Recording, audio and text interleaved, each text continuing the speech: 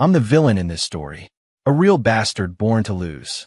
According to the script, the hero was supposed to ride back into town, save the girl's company from my clutches, and then use his plot armor to dismantle my entire empire. I was destined to end up crippled in a gutter, bleeding out under the steel-toed boots of some hired goons. A pathetic end, but this time I woke up. I know the whole story, every last twist and turn. How the hell am I supposed to lose now? All I had to do was stay away from the girl. If I never touched her, the rest of the story could never happen. And yet, Mr. Sterling, it's a boy. 7 pounds, 3 ounces. Mother and son are doing well. The nurse, beaming, held the bundled infant out to me. Ethan Sterling, a titan of industry with a net worth that could make nations tremble, the story's designated stepping stone, stood outside the VIP maternity suite at Mount Sinai's most exclusive pavilion, feeling a boredom so profound it was almost a physical weight. This was the second child Sophia Reed had given me. Our first son, Leo, is 3. He already knows how to use the supplementary black card I gave him to buy out an entire toy store with a deadpan expression that mirrors my own. The new one, just born, had a powerful set of lungs. Reminded me of myself. Through the glass, I watched the woman in the bed. Sophia, pale, exhausted, but her eyes were calm. In the novel, she was the heroine. According to that damn book, The Billionaire's Gilded Cage, the hero, Caleb Vance, should have returned from overseas by now. He was supposed to swoop in like a knight in shining armor and rescue Sophia from my clutches. Then, powered by his shimmering protagonist aura, he'd crush me in the market, seize my company, and arrange for a couple of street thugs to snap my legs before leaving me to die in a filthy, rain-slicked alley. A truly miserable finale. Except, I remembered it all. 5 years ago, the night before I was set to launch a hostile takeover of Sophia's family company, the entire plot of that book downloaded itself into my brain. Knowing my fate, I immediately changed course. If I never triggered the Reed family's bankruptcy, the hero Caleb would never get his chance to play savior. The chain of events would be broken. I'd even congratulated myself on my quick thinking. And then, the very next morning, Sophia called me herself. Her voice over the phone was cool, rational. Ethan, I know what you're planning to do to my family's company. I have a proposal. Leave my family alone, and I'm yours. I was toying with $1 million fountain pen at the time and nearly snapped it in two. This wasn't how it was supposed to go. Wasn't I supposed to threaten her family, force her to submit while she secretly despised me? Why was she serving herself up on a platter? I met her, mostly out of morbid curiosity. At the cafe, she wore a simple white dress, no makeup. She had a clean, unassuming beauty that made it hard to look away. You have 3 interests, Mr. Sterling, she said, getting straight to the point. Money, power, and beautiful women. She recited my less-than-noble pursuits with unnerving calm. My family isn't the Rockefeller dynasty, but acquiring our assets will add a nice little bump to your portfolio. As for me, I believe I meet the criteria for your 3rd interest. I narrowed my eyes, truly seeing her for the first time. This woman the book had labeled a helpless damsel. She wasn't afraid of me. Her eyes held no fear, no hatred, just a profound tranquility, the look of someone who had seen it all and was making one last, desperate bet. It was more intriguing than any game of cat and mouse I'd ever played. I, Ethan Sterling, have always lived for the unexpected. So I agreed. I thought it would be a game. I'd break her spirit, slowly, until she was nothing more than a beautiful, soulless canary in my cage. Instead, she was more professional than I could have imagined. She moved into my penthouse, catering to my every whim while maintaining a clear, invisible boundary. She never asked for anything, never pried into my affairs. I gave her money, she took it. I told her to do something, she did it. A year later, she gave birth to Leo. For years after that, this new little boy, and Caleb Vance, the hero who was supposed to burn my world down, not a whisper, not a shadow. My empire grew. My villainy went unchallenged. The daily grind of crushing competitors and bending the market to my will becoming almost monotonous without a righteous hero to stand in my way. I felt like a general who had spent years preparing for a war that was suddenly canceled. Life was excruciatingly dull. Mr. Sterling, aren't you going in to see your wife and the baby? The nurse asked timidly. I wave her off, gesturing for her to go back inside. I lit a cigarette, leaning against the cold hallway wall, the smoke curling around my head. Was I so formidable a villain that the hero was too scared to even show up? Or had the plot gone off the rails from the very beginning? My phone buzzed. It was David Carter, my right-hand man.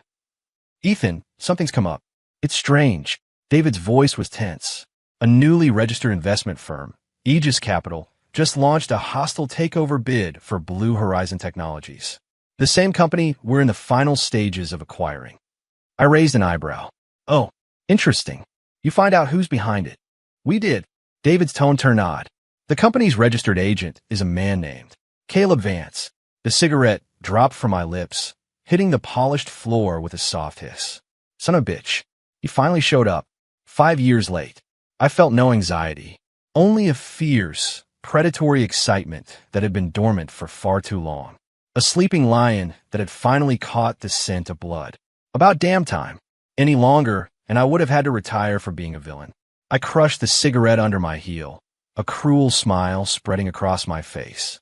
David, I want you to hammer Blue Horizon stock into the ground. Let's see how deep this tardy hero's pockets really are. Yes, sir. I hung up and pushed the door open to the maternity room. Sophia was propped up in bed, cradling the newborn. She looked tired, but her eyes were as clear as ever. She glanced at me when I entered. Then her gaze returned to the baby. He's here, I said, walking to her bedside. Her movements paused for a fraction of a second before she resumed, rocking the child. She didn't look up. Her voice was flat. I know. I narrow my eyes. You know? It was a push notification from the Wall Street Journal, she said, her tone as casual as if she were commenting on the weather. Aegis Capital. Caleb Vance. He's finally back. Again, her reaction was not what I expected. No panic, no excitement, not even a ripple of emotion. I was suddenly struck by the realization that in 5 years, I had never truly understood Sophia Reed. You're not thrilled. I leaned in close, searching her eyes for any sign of a lie. Your knight in shining armor has come to rescue you. She finally lifted her head, her gaze meeting mine. Her eyes were like clear water, reflecting my own probing, cynical face. Ethan, she said slowly, her words crisp and deliberate. Do you really think a woman who needs to be rescued by a man is fit to be the mother of your 2 sons? I froze. The implications of that sentence were so vast, my transaction-oriented brain short-circuited. She continued, 5 years ago, I came to you not because I had no other choice.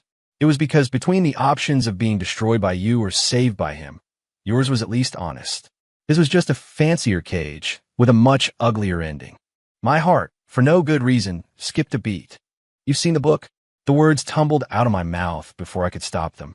For the first time in 5 years, a faint, deeply ironic smile touched Sophia's lips.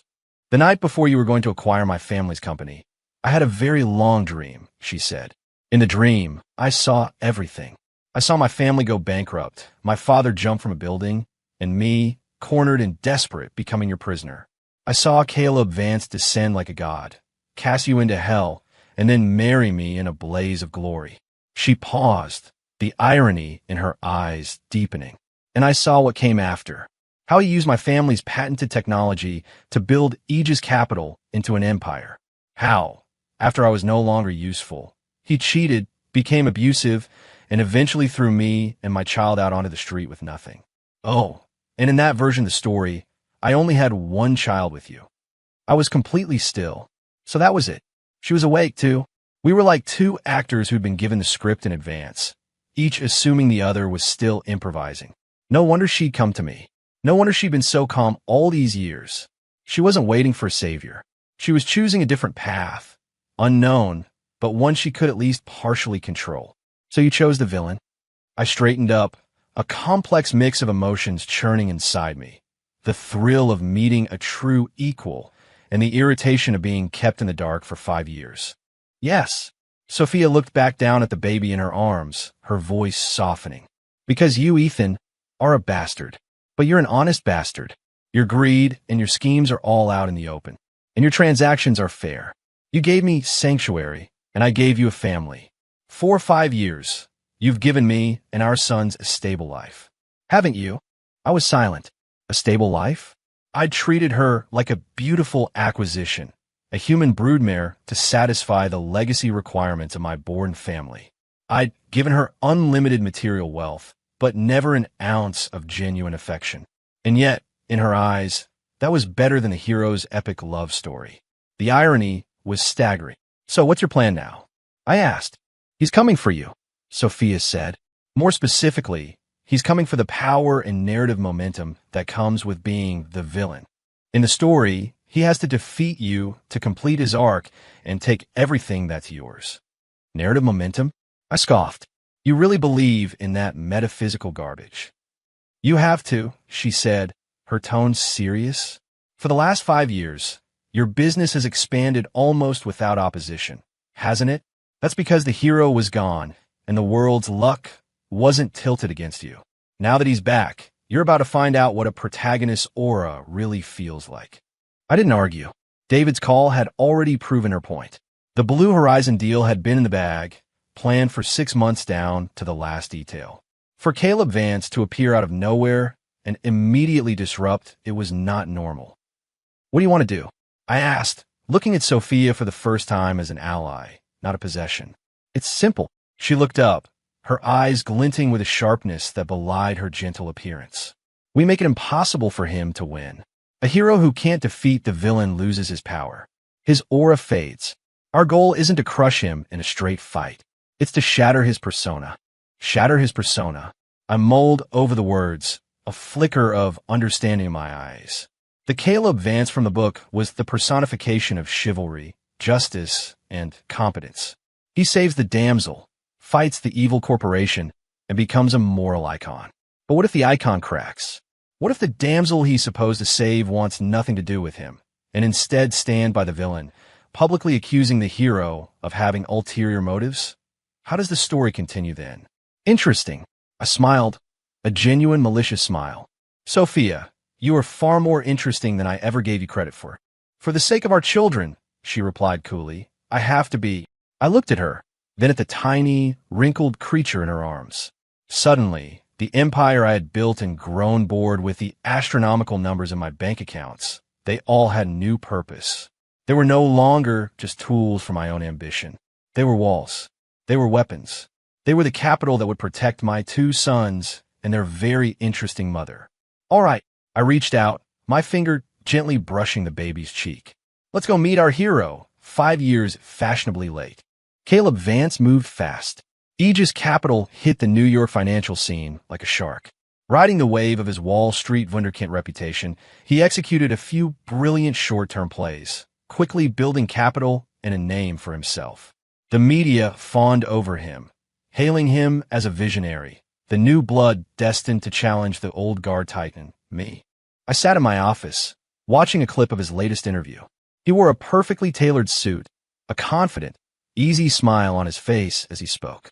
Ethan Sterling is a successful businessman, of course, but I believe that capital should be about more than just cold profit. It should have a heart, a social conscience. With Blue Horizon Technologies, Aegis Capital isn't interested in a hostile takeover.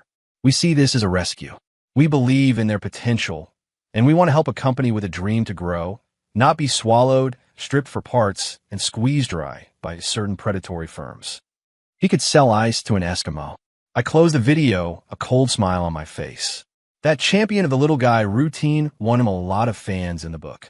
The founder of Blue Horizon was so moved by that exact speech that he joined forces with Caleb to fight me, the big bad wolf. And now, Ethan, David said, walking in with a grim expression. A few of Blue Horizon's minority shareholders just flipped, sold their entire stakes to Aegis. And a couple of the banks we had lined up have suddenly tightened our credit lines.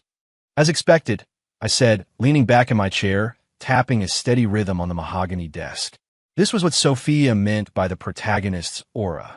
It swayed opinions, twisted logic. Under its influence, Caleb was righteous, and anyone who helped him was doing the right thing. I, Ethan Sterling, was evil, and my partners were accomplices. What's our move? Do we increase our offer? David asked, an edge of anxiety in his voice. No. I shook my head. No point fighting a fool for a sinking ship. If he wants it, he can have it. But their core technology. Technology that can't be monetized is just a pile of expensive paper. I cut him off. Tell the team to halt the acquisition of Blue Horizon completely. And David, that $50 million donation I pledged to the Children's Charity Fund last week, make it happen today. And make sure every major news outlet is there to cover it live. David stared at me. Sir, we don't need to put on that kind of... He didn't say PR stunt, but it hung in the air between us. Ethan Sterling, had never cared about my public image. My money was for making more money, not for charity. Just do it, I said, offering no explanation. Though confused, David executed the order flawlessly. Soon, a massive orchestrated donation ceremony dominated the headlines. There I was on screen, Ethan Sterling, the soulless corporate demon, personally handing an oversized check to the head of the foundation. I even managed a pained, benevolent smile for the cameras. A company's true value is in what it gives back to society. Children are our future, and I want to do my part to build a better world for them. The video went viral. WTF? Did Ethan Sterling have a stroke? Just drop $50 million without blinking. It's a stunt. A wolf in sheep's clothing. Dude, even if it's a stunt, it's $50 million real dollars. How much did you donate from your keyboard today? I don't get it. You have Aegis Capital talking a big game but doing nothing, and then you have Sterling quietly dropping a fortune on sick kids. Who's the good guy here? Public opinion began to shift just a fraction. Caleb Vance, basking in the glow of his partial victory with Blue Horizon, was probably seeing red. It was a classic flanking maneuver. You want to play the savior? You want to attack me from the moral high ground? Fine. I'll just use my money to build that high ground even higher. You say capital needs a heart? I just donated $50 million. How warm is my capital now? You want to rescue Blue Horizon? Go ahead, fund it. The company is a black hole that burns through $100 million a year in R&D. Can you afford it? If you do, your capital dries up. If you don't, your savior persona takes a fatal hit. Sure enough, the next day, Aegis Capital announced a $30 million investment in Blue Horizon. $30 million? That's an insult. I watched the news and laughed. Caleb was still playing by the book's rules, thinking he could win with grand speeches. He didn't realize he was up against a villain who had not only read the script, but had no moral compass whatsoever. But I had still underestimated the power of the protagonist's aura. A few days later, a bombshell news story hit that instantly dragged me back down to hell. Breaking, Blue Horizon founder, John Peterson, suffers heart attack, blames pressure from Sterling Industries. The article featured a photo of a white-haired man in a hospital bed, oxygen mask on his face, a pained expression in his eyes. His wife was giving a tearful interview. It was Ethan Sterling. He did this. My husband poured his entire life into that company, and that monster was about to destroy it. Mr. Vance gave us hope, but Sterling couldn't stand it. He used every dirty trick to undermine us and John. The stress was too much. And right on cue, there was Caleb Vance. He stood outside the hospital room, his face a mask of sorrow and righteous anger as he spoke to the swarm of reporters. I'm filled with an overwhelming sense of outrage and grief. No ethical businessman should ever resort to such despicable tactics to crush a man who has dedicated his life to technological advancement. I promise you this. Aegis Capital will do whatever it takes to protect Blue Horizon and Mr. Peterson's life's work. Evil may triumph for a moment, but justice will always prevail. It was perfect. The timing, the delivery, the emotion. A complete work of fiction performed flawlessly. I sat in my office, staring at the photo of that hospital room. It was the same hospital where my son had just been born, maybe even the same floor. I had completely pulled out of the deal, but in the story the hero was telling, every action I took was proof of my villainy. My withdrawal was spun as a relentless pressure campaign. My $50 million donation was now crocodile tears, an attempt to buy public favor with dirty money. Ethan, our stock is starting to slide, David said, his voice laced with alarm. And there are stories circulating online about you, about how you forced Ms. Reed into her relationship with you. I'm aware, I said, closing the news tab, my expression unchanged. Now this felt familiar. This was the villain's script I knew so well.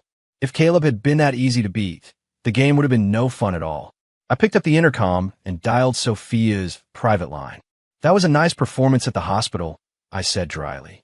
There was a pause on the other end, then Sophia's calm voice. He needed a stage to play the hero and a reason to ruin your reputation. Mr. Peterson's heart condition is real. The stress-induced attack was an act. How do you know? Because the therapist who was coaching Mr. Peterson on how to properly display emotional distress works for me. Once again, she stunned me. This woman was always 3 moves ahead, placing her chess pieces in secret. When did you start planning this? The day I found out I was pregnant with Leo, she said, her voice even. I knew Caleb would be back eventually, and I knew what kind of game he'd play, so I needed to know who he would use. Peterson, the media, the banks. I have a few eyes and ears on everyone he might leverage.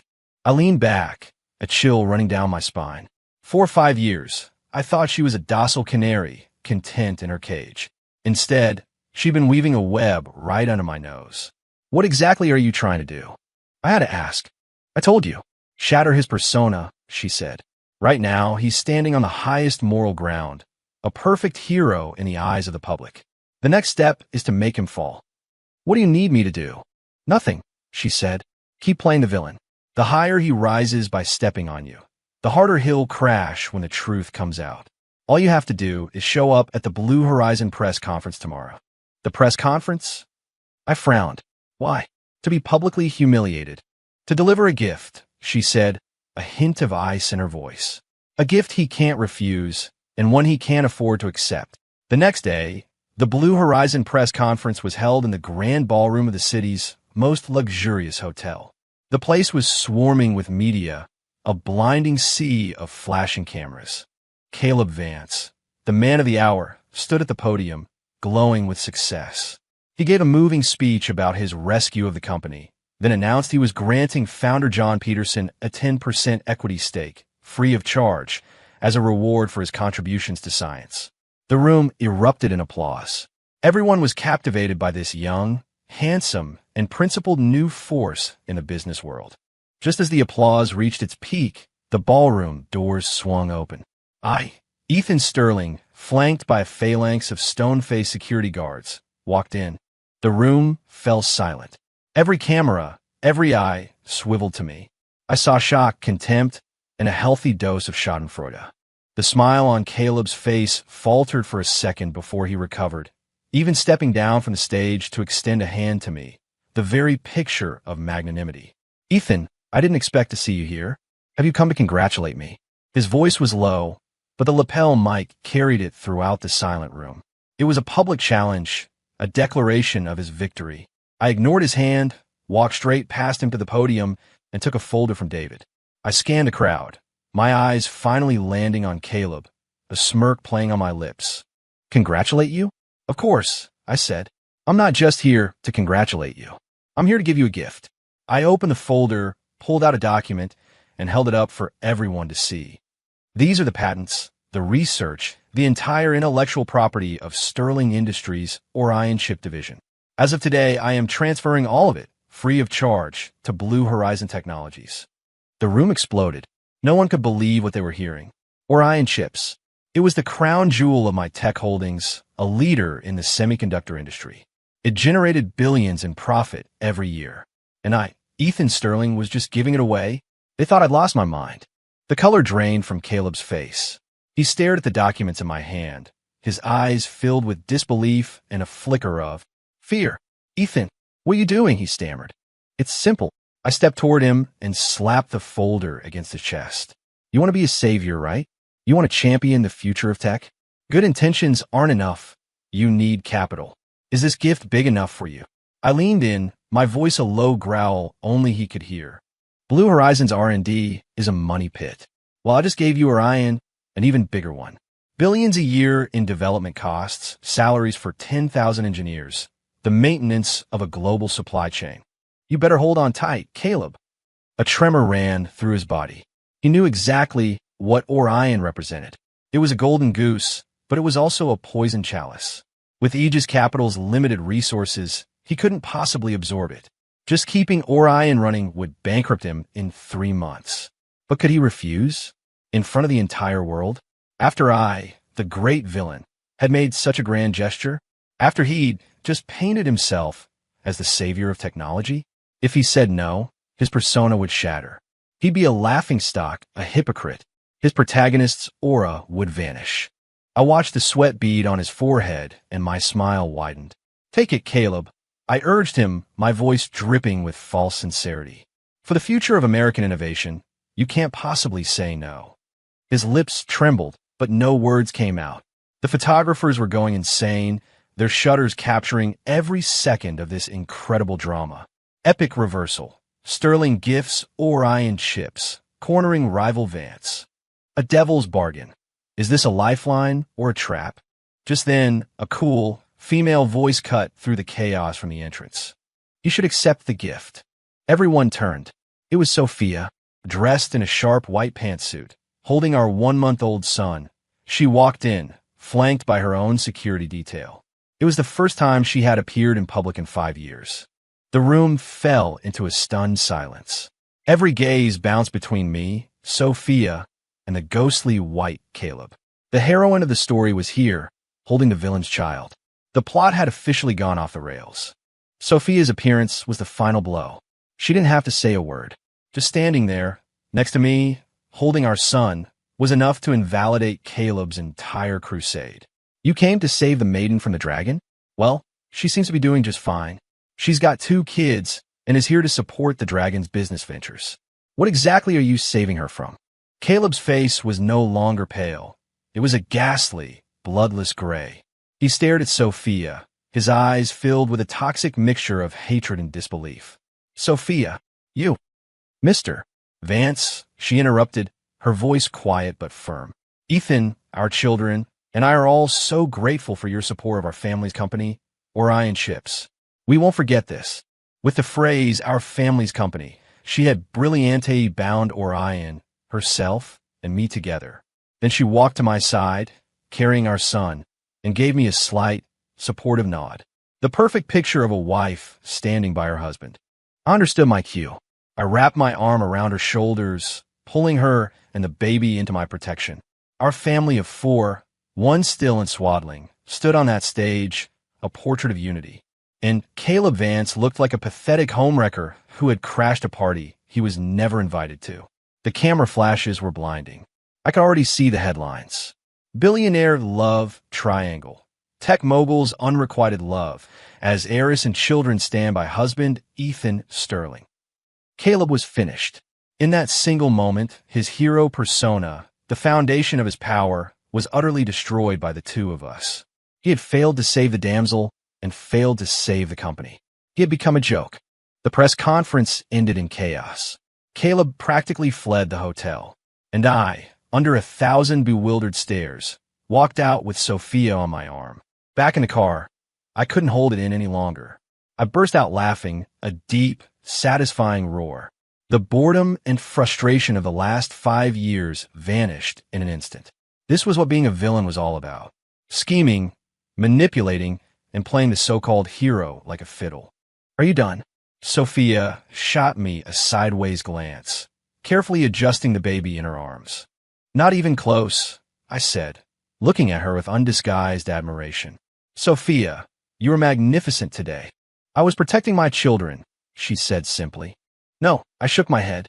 "You were protecting me, too." Even though I didn't need it, her standing with me had completely turned the tide of public opinion. She didn't respond, just looked down at the baby. For the first time, the atmosphere in the car felt something like warmth. Maybe this wasn't so bad, I thought. This life with her and the 2 boys. But I was naive. I thought shattering Caleb's persona would be enough. I thought he'd crawl away and lick his wounds. I forgot that even a cornered rat will bite, especially a hero who has just been stripped of his plot armor. 3 days later, I got a call from block number. The voice on the other end was distorted, a harsh electronic rasp. "Ethan Sterling, if you want your son to live, come to the abandoned warehouse in Red Hook." Alone. Then I heard it. The terrified sobs of my son, Leo. "Daddy, Daddy, help me." The blood in my veins turned to ice. "Mr. Sterling." David shot to his feet, seeing the look on my face. I ignored him, speaking into the phone, each word a shard of glass. "Caleb, if you touch one hair on his head, I will introduce you to a world of pain you can't even imagine." A low, familiar laugh came through the phone, no longer distorted. It was Caleb. There's the real Ethan Sterling. Yes, it's me.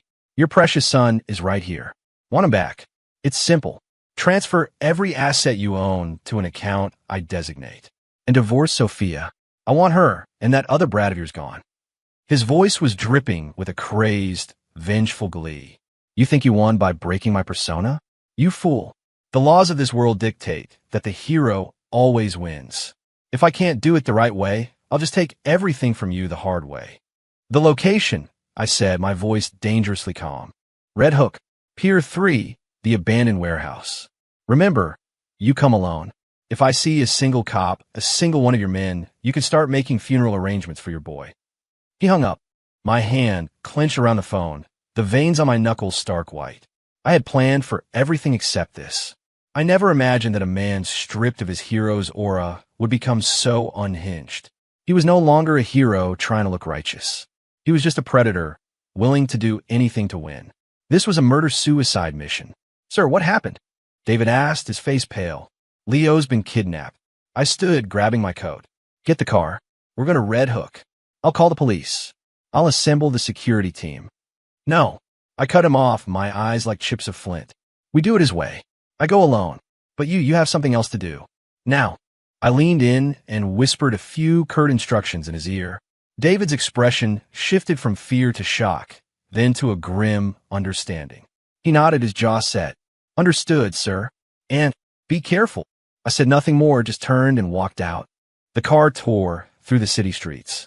My mind was racing. The final scene from the book flashed in my head.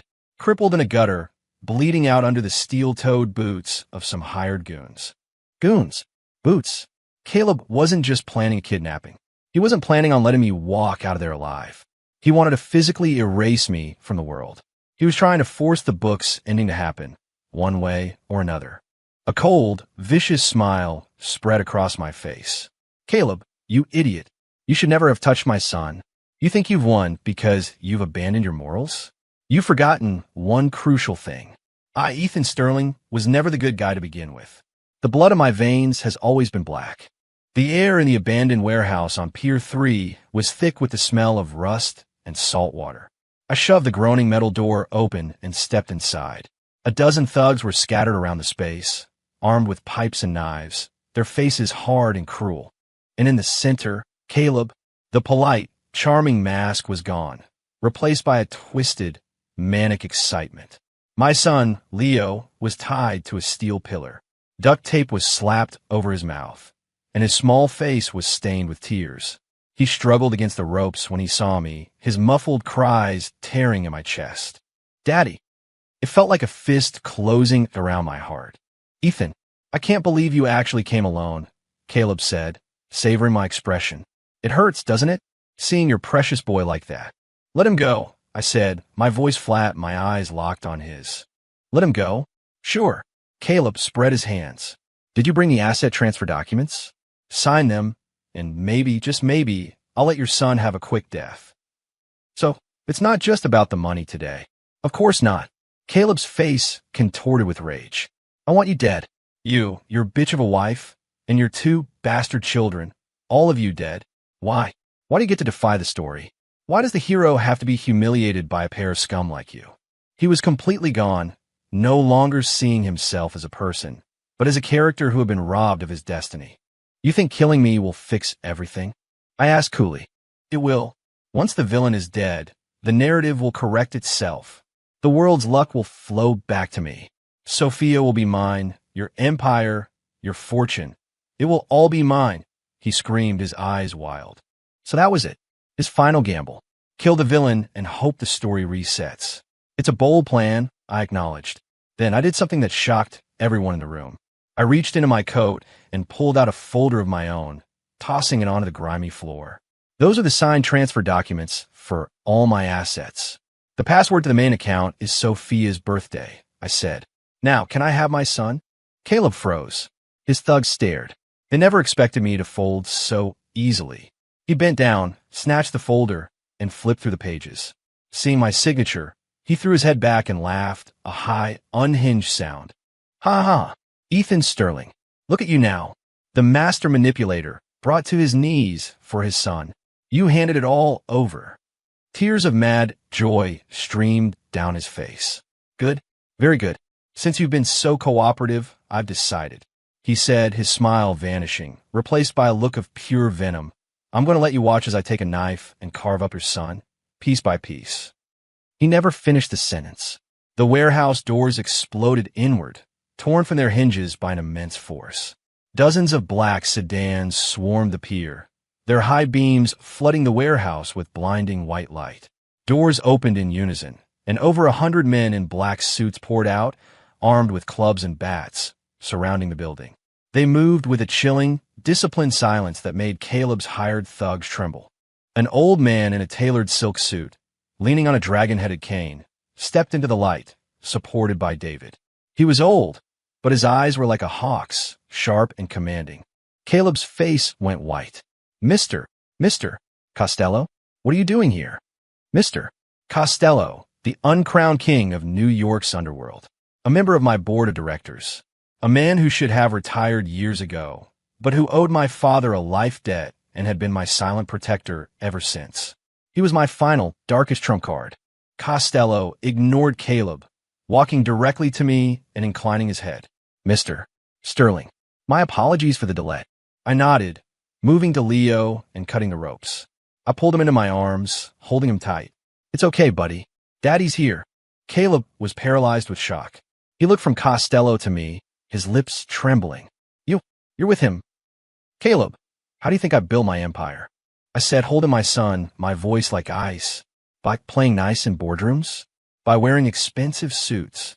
I'm greedy, manipulative, and ruthless. I ruin people. I destroy companies. That was all part of my character. But you forgot the most important detail. I paused, letting the words hang in the air before delivering the final blow. I, Ethan Sterling, am the villain of this story. And a villain always has a few skeletons in his closet. The last bit of color drained from Caleb's face. He finally understood.